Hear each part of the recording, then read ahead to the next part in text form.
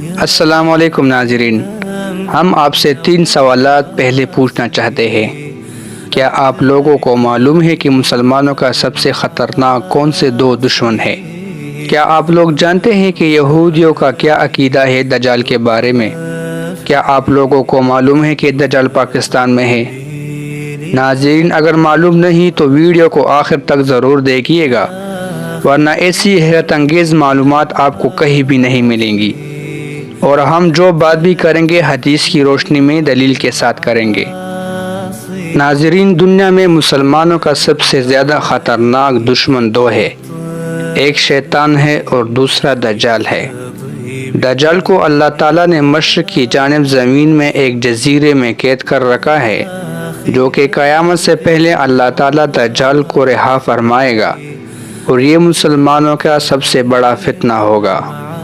جبکہ دجال یہودیوں کے لیے موسیٰ علیہ السلام کے بعد سب سے زیادہ قابل محترم شخصیت ہے، اور یہودی لوگ دجال کو اپنا مسیحا سمجھتے ہیں۔ اور دجال کے بارے میں یہودی یہ عقیدہ رکھتے ہیں کہ دجال آئے گا اور ہم پوری دنیا پر راج کریں گے۔ ناظرین، جیسے پہلے بیان ہو چکا ہے کہ دجال کو اللہ تعالیٰ نے مشرق کی جانب جزیرے میں قید کر رکھا ہے، تو مشرق کے جانب تو مختلف ملک آتے ہیں، مثال کے طور پر شام، یمن، انڈیا اور پاکستان۔ ان 4 ممالک میں جزیرے موجود ہیں۔ انڈیا میں ایک جزیرہ ہے جس کا نام ہے لکشادیپ، یمن میں سکورٹا جزیرہ ہے، المسیرا جزیرہ عمان میں ہے، اور استودا جزیرہ پاکستان میں ہے۔ اب سوال یہ پیدا ہوتا ہے کہ دجال ان 4 جزیروں میں سے کس جزیرے پر موجود ہے؟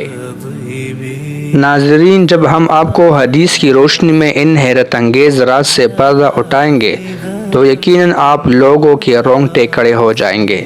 تو ناظرین، چلے جانتے ہیں ان معلومات کو ایک حدیث کی روشنی میں۔ ایک صحابی ہے تمیم داری رضی اللہ تعالیٰ عنہ۔ یہ پہلے عیسائی تھا اور پھر بعد میں مسلمان ہو گیا۔ یہ مدینہ طیبہ میں جب آیا تو تمیم داری رضی اللہ تعالیٰ عنہ نے حضور صلی اللہ علیہ وآلہ وسلم کو ایک واقعہ سنایا۔ وہ واقعہ تھا دجال سے ملاقات کی۔ ناظرین، ایک دفعہ نبی کریم صلی اللہ تعالیٰ علیہ وسلم نے نماز پوری فرمائی تو منبر پر بیٹھ گئے۔ اس وقت آپ صلی اللہ علیہ وآلہ وسلم کے چہرے مبارک پر مسکراہٹ کے آثار تھے۔ آپ نے فرمایا کہ ہر شخص اپنی نماز کی جگہ ہی پر رہے۔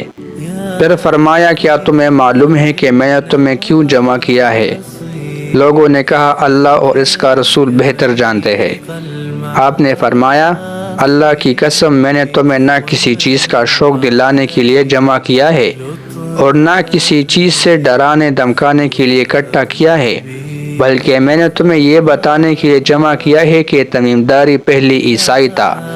وہ آیا، اس نے بیعت کی اور اسلام میں داخل ہو گیا۔ اس نے مجھے ایسا واقعہ سنایا جو ان باتوں سے تعلق رکھتا ہے جو میں تمہیں دجال کے بارے میں بتایا کرتا ہوں۔ اس نے مجھے بتایا کہ وہ لخم اور جذام قبیلے کی 30 آدمیوں کے ہمراہ ایک بحری جہاز میں سمندر کے سفر پر روانہ ہوا۔ سمندر کی لہریں مہینہ بھر انہیں ادھر ادھر دھکیلتی رہی، یہاں تک کہ وہ ایک جزیرے میں پہنچ گئے۔ اس وقت سورج غروب ہو رہا تھا۔ وہ ایک چھوٹی کشتی میں بیٹھ کر جزیرے میں داخل ہوئے۔ جب وہ جزیرے میں داخل ہوئے تو ان کو ایک جانور ملا جس کے جسم پر بہت سارے بال تھے۔ بالوں کی کثرت کی وجہ سے انہیں اس کے آگے پیچھے کا کچھ پتہ چل نہیں رہا تھا۔ انہوں نے کہا، تیرا ناس ہو، تو کیا چیز ہے؟ اس نے کہا، میں جساسا ہوں۔ انہوں نے پوچھا، یہ جساسا کیا چیز ہے؟ اس نے کہا، اے لوگو، خانقاہ میں موجود اس آدمی کی طرف جاؤ، وہ تمہاری خبریں سننے کا بڑا تجسس سے انتظار کر رہا ہے۔ تمیم داری رضی اللہ عنہ بیان فرماتے ہیں کہ جب اس نے آدمی کا ہم سے ذکر کیا تو ہمیں خوف لاحق ہوا کہ یہ جانور شیطان نہ ہو۔ پھر ہم تیزی سے چلے اور خانقاہ میں داخل ہو گئے۔ وہاں ہم نے ایک آدمی دیکھا جس کے گھٹنوں سے ٹخنوں تک بندھے ایک لوہے کی زنجیر تھی اور اس کے ہاتھ اس کی گردن کے ساتھ بندھے تھے۔ ہم نے پوچھا، تیرا ناس ہو، تو کیا چیز ہے؟ اس نے کہا میرا پتہ تمہیں جلد ہی چل جائے گا، یہ بتاؤ کہ تم کون ہو؟ تمیم داری رضی اللہ تعالیٰ عنہ نے اس آدمی کو اپنے بارے میں بتایا اور اپنا پچھلا واقعہ سنایا، تو اس آدمی نے اس سے بہت سارے سوال پوچھے اور تمیم داری رضی اللہ تعالیٰ عنہ نے ان کے جوابات دیے۔ پھر اس آدمی نے اپنے بارے میں بتاتے ہوئے کہا کہ میں دجال ہوں، مجھے عنقریب خروج کی اجازت مل جائے گی، نکلنے کے بعد میں پوری دنیا میں چکر لگاؤں گا اور پوری روئے زمین پر کوئی گاؤں ایسا نہ ہوگا جو مجھ سے بچ سکے سوائے مکہ اور طیبہ کے، کہ میں ان دو شہروں میں داخل نہیں ہو سکوں گا، ان دونوں شہروں میں داخل ہونا میرے لیے ممنوع ہو چکا ہے۔ میں جب بھی ان میں سے کسی میں داخل ہونے لگوں گا تو تلوار سونتا ہوا ایک ایسا فرشتہ مجھے روک لے گا جس کے ہاتھ میں چمکتی تلوار ہوگی، اور ان کے راستے پر فرشتے ان کی حفاظت کر رہے ہوں گے۔ اس کے بعد آپ صلی اللہ علیہ وآلہ وسلم نے اپنے نیزے کی نوک کو منبر سے لگا کر فرمایا یہ طیبہ یعنی مدینہ ہے۔ پھر آپ صلی اللہ علیہ وآلہ وسلم نے لوگوں سے پوچھا کیا میں نے تمہیں یہ سب کچھ بتایا تھا؟ لوگوں نے کہا جی ہاں۔ آپ نے فرمایا مجھے تمیم داری کے اس واقعے سے بڑی حیرت ہوئی کہ یہ اس کے موافق ہے جو میں نے تمہیں دجال، مکہ اور مدینہ کے بارے میں بتایا تھا۔ جان لو کہ دجال نہ شام کے سمندر نہ یمن کے سمندر بلکہ وہ مشرق میں ہے، مشرق میں۔ یہ فرما کر آپ صلی اللہ علیہ وآلہ وسلم نے ہاتھ سے مشرق کی جانب اشارہ کیا۔ اب چونکہ نبی کریم صلی اللہ علیہ وآلہ وسلم نے شام اور یمن کو بیچ سے نکال دیا ہے تو باقی بچتے ہیں پاکستان اور انڈیا۔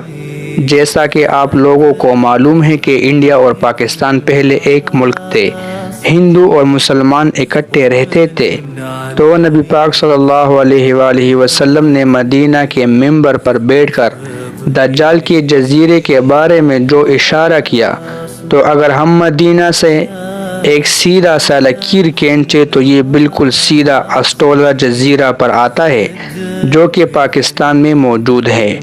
کیا آپ لوگوں کو یاد ہے کہ جساسہ نے تمیم داری اور ان کے دوستوں کو کہاں بھیجا تھا؟ ایک خانقاہ کی طرف۔ تو ناظرین اس اسٹولا جزیرے پر ایک مندر موجود ہے جو کہ مسلمانوں کی اصطلاح میں اس کو خانقاہ کہا جاتا ہے۔ اس مندر کو 2000 سال پہلے بنایا گیا ہے اور اس میں کالی ماتا رہتی تھی، جو کہ ہندو کے عقیدے کے مطابق کالی ماتا ہندو کی سب سے خطرناک دیوی ہے۔ اور عجیب بات یہ ہے کہ کالی ماتا کے جسم پر بھی بہت سارے بال تھے۔ عین ممکن ہو سکتا ہے کہ کالی ماتا اصل میں جساسہ ہو۔